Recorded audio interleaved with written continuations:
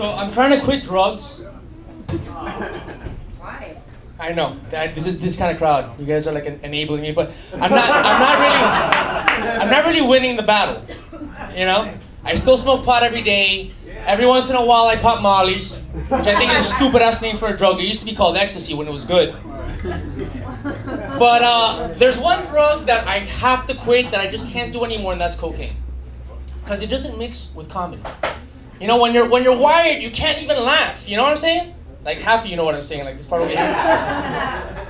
Like, have you ever seen a coked out guy at the party trying to join in the festive laughter happening on the other side of the room? Ever seen that guy? He's like this. Ha!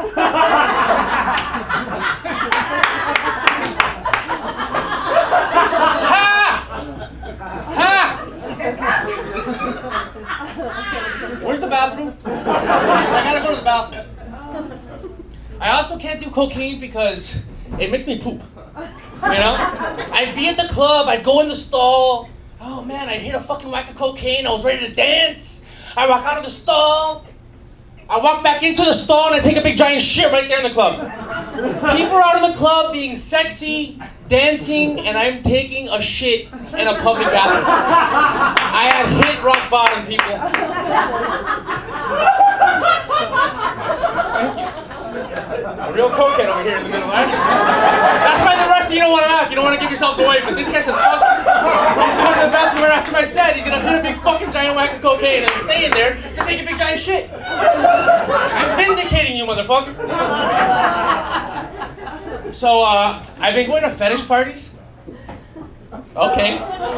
Nobody wants to laugh at that one, huh? No, yeah, it's where people like, you go and people are spanking each other and shit.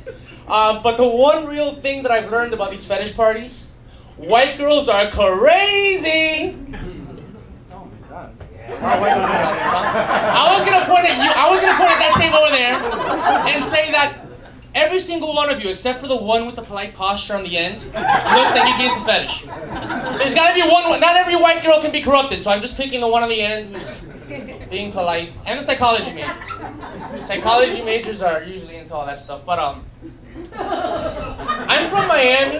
Thank you. It took a second, but then you realize, yes, I went out with a girl that majored in psychology. Yes, you went into psychology? I'm from Miami, where everyone's Latino or black. We got a few Jews, but that's about as white as it gets. And like, ethnic people are not kinky. You know, have you ever talked to a Puerto Rican girl? She has a big butt. That's all. They don't have to get kinky. It's, you know, they're already oversexed. Have you seen the way they dance? But white people are so cold and calculated and direct and dry that they need to be whipped and chained to be moved, to be like, yes!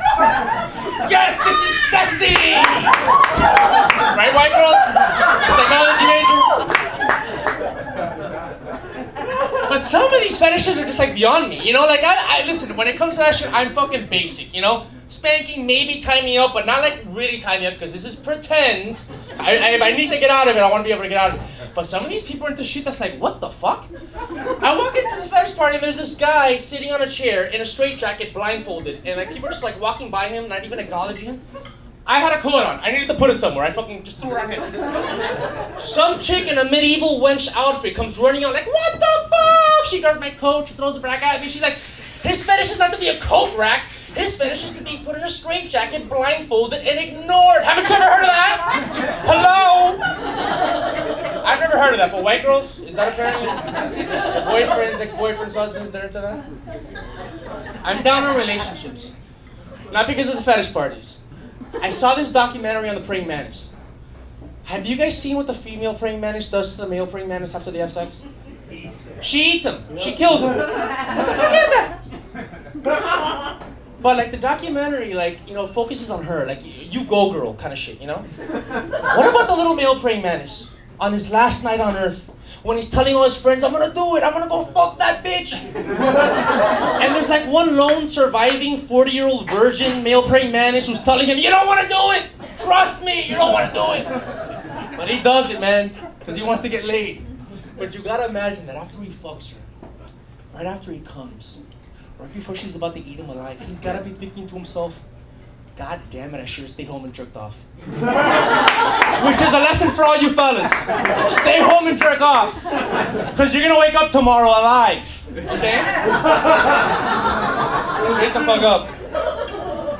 Speaking of masturbating, the first time that I masturbated was the most traumatic experience that I've ever had in my life. Because I didn't know about the coming part. Has this happened to any guys here? Like, I must have missed a day in PE where they teach you about the coming part, because when I first came, I was fucking shocked. I was caught off guard. I thought I did something wrong. I thought I broke myself. Like, you know when like your parents leave you alone for the first time and you play with the appliances and you break fucking some shit and you're like, oh, what the fuck, you know? I thought I was gonna have babies. What the fuck did I do to myself? I saw the movie Alien earlier that night. So shit shooting out of my body is already like... I also didn't jerk off the first time I masturbated. Because I also must have missed that day where they teach you the move. So the first time that I masturbated, I humped a pillow like Madonna did in that movie Truth or Dare. You saw that, right? Where she humps the pillow? Yeah. You're not laughing at it, you're like titillated by it. That's awesome, I like that. You're gonna have fun tonight, my friend. My set is gonna fucking just be the impetus for your amazing night, I gotta tell you. But yeah, I humped the pillow, and then like, you know, it got out, because my mom was banging on the bathroom door. What are you doing in there? I'm like, Mommy, call 911, I think I'm dying. But you know, she sees the pillow, she put two and two together, and it got out there. She's cute, and she has a loud mouth, and to this day, my friends and family won't leave me alone in a room with their pillows. That's actually not a joke. I'm required by law to tell you people that. I'm a registered pedophile. I'm also Humberto Guida. Thanks a lot, guys. Let's thank Humberto.